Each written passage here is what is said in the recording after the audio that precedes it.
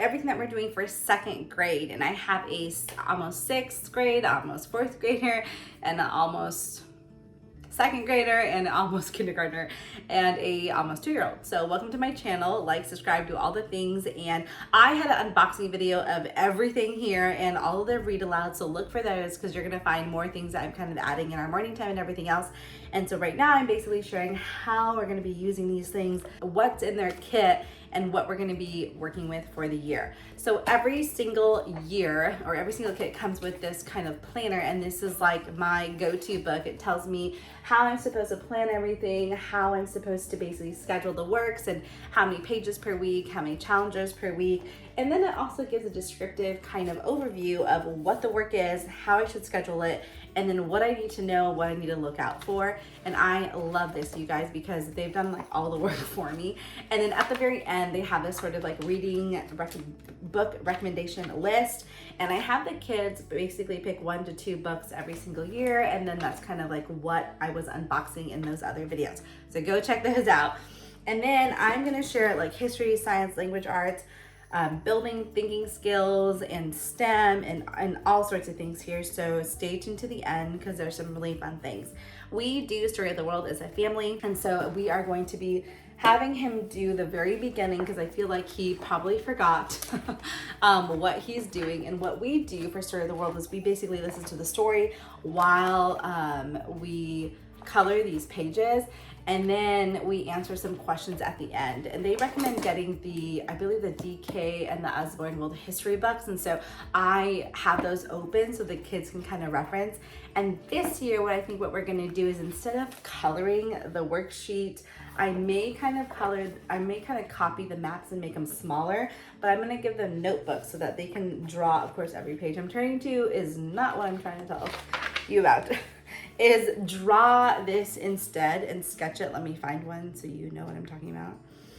So for instance, like this, and we're going to be learning about, you know, the Parthenon. So, okay, here's what you need to draw, and then you can color, because I feel like the story, the chapter will kind of move on, and then they're like still, like they're done coloring. And then the famous figures of ancient times, this comes with their kit too, and they use the little pins to kind of make the people. So this will be fun for them to do together. For math, we are doing Matthew C. I love them. They're mastery based, and so they have basically pages A, B, C, D, E, F, G.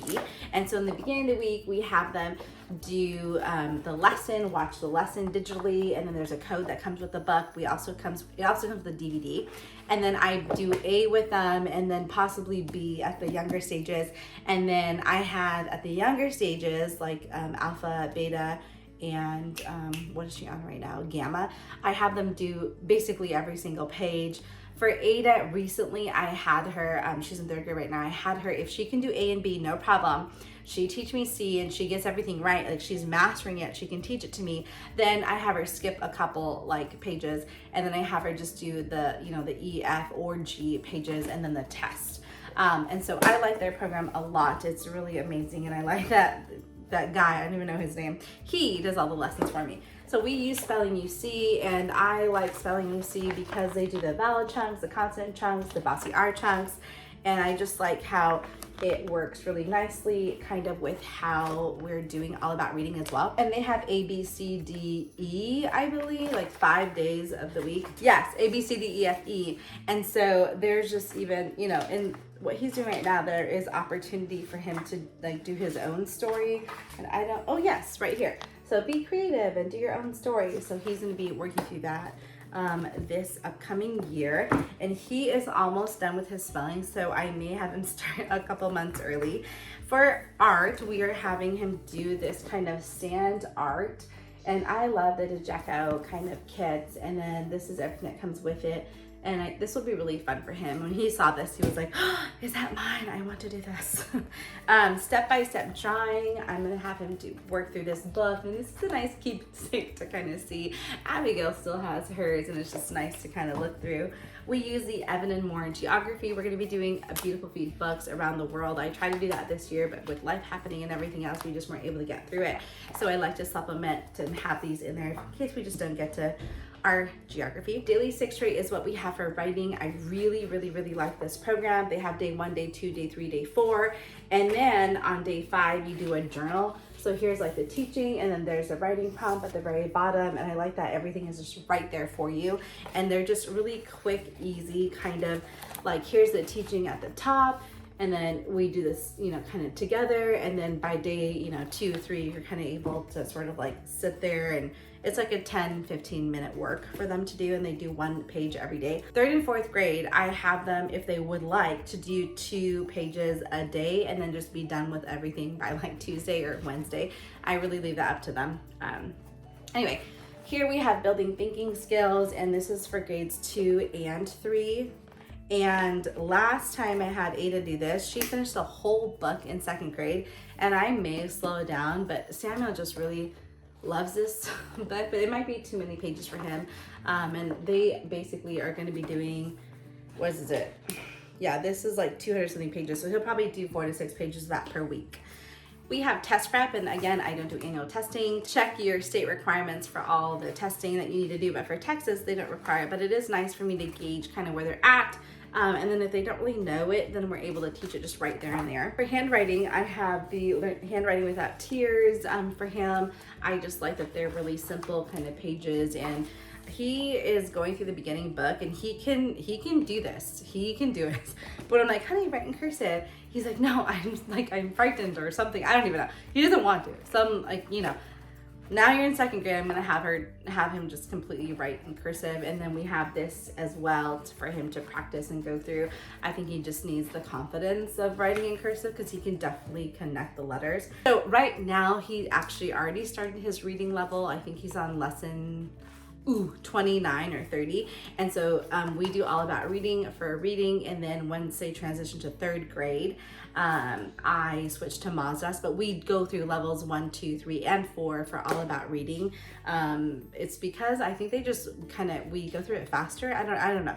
Let me know in the comments if you're kind of like that too with your kiddos, where you go through all of levels before you switch to like the regular, I don't know, big kid language arts and reading.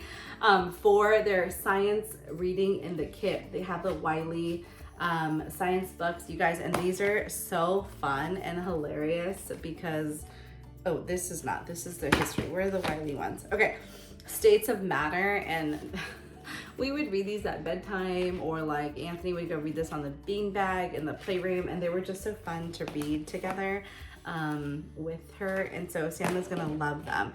For like a historical like novel and graphic novel, we have The Lost Trail, 9 Days Alone in the Wilderness, and some of the images are quite frightening in here. Ada was like really scared, and she's like, can I skip a page? And I was like, yes, you can skip this page. And it's, I can't even, like, see, this is the scary page. Is this not scary, right? Tell me in the comments. It is scary. I know it is. So anyway, if he wants to skip it, he can. But he has to read all the other pages.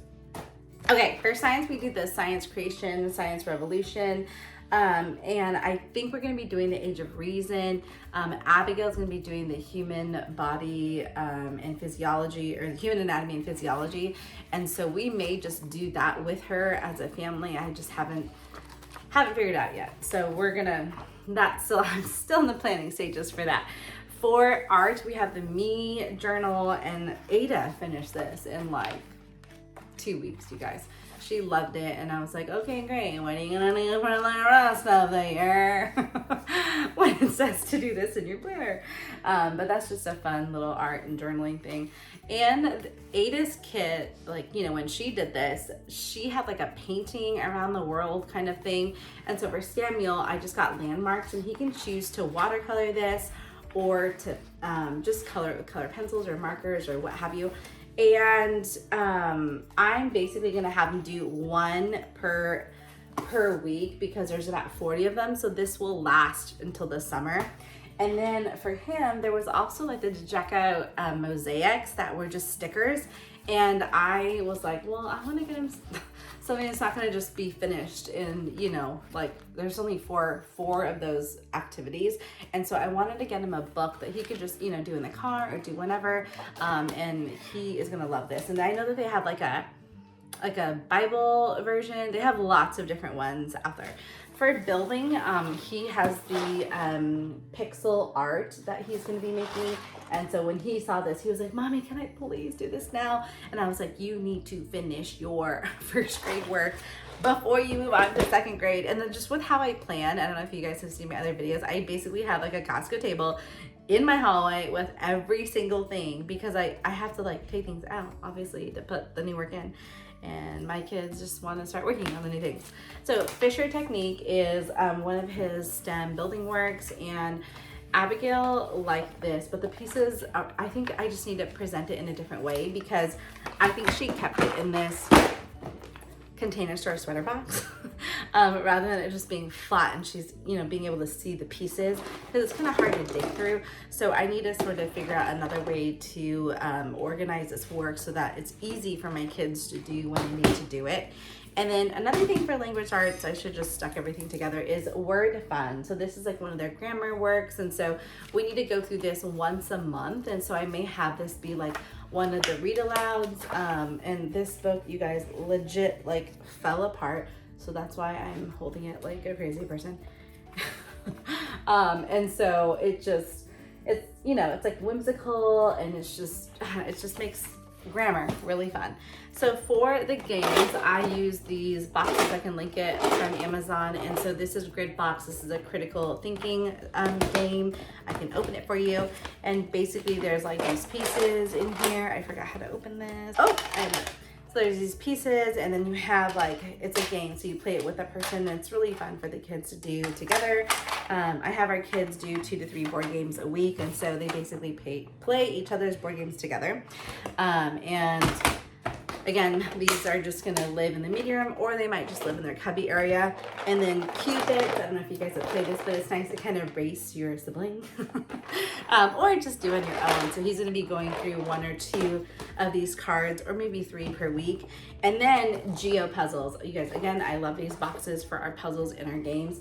And so this came, I believe, obviously with every single continent, and maybe the United States. I think it was every continent, North America, and the United States, or maybe I bought that on top of it. But the boxes were just like so huge. So I just put them in these. And so every single month, he'll just do one of these puzzles. Like every week he'll complete it, but focus on one continent per month. So that is what we have for puzzles and geography. We also have this critical thinking game. You guys, it's so fun. It's the, I forget what it's called, but it's a smart game. It's like walk the dog, and like you have these pieces and you have to place it on the board right here. And they, again, like even Eden, she loves to play with these little things during morning time. Sometimes I'll just set it up for her to play with. And so he'll do 1 to 2 challenges of these per week. And then with our history, it came with this, well, I had to buy it. It was like $2.50. So I got one for each kid to do. And it's like build your own night. And then the last thing, you guys, is Tenzi. So we do a lot of board games, and with our family, we love family nights. And so Tenzi is a fun way to, you know, learn your math, your tens, and everything else. And we love this. Thank you so much for watching the curriculum video. You guys, let me know in the comments if you have any questions. Again, I'm going to do a planning video. Let me know what you want to see in that video for this grade and how I'm planning if I didn't kind of go in detail enough. And we will talk to you soon. Bye.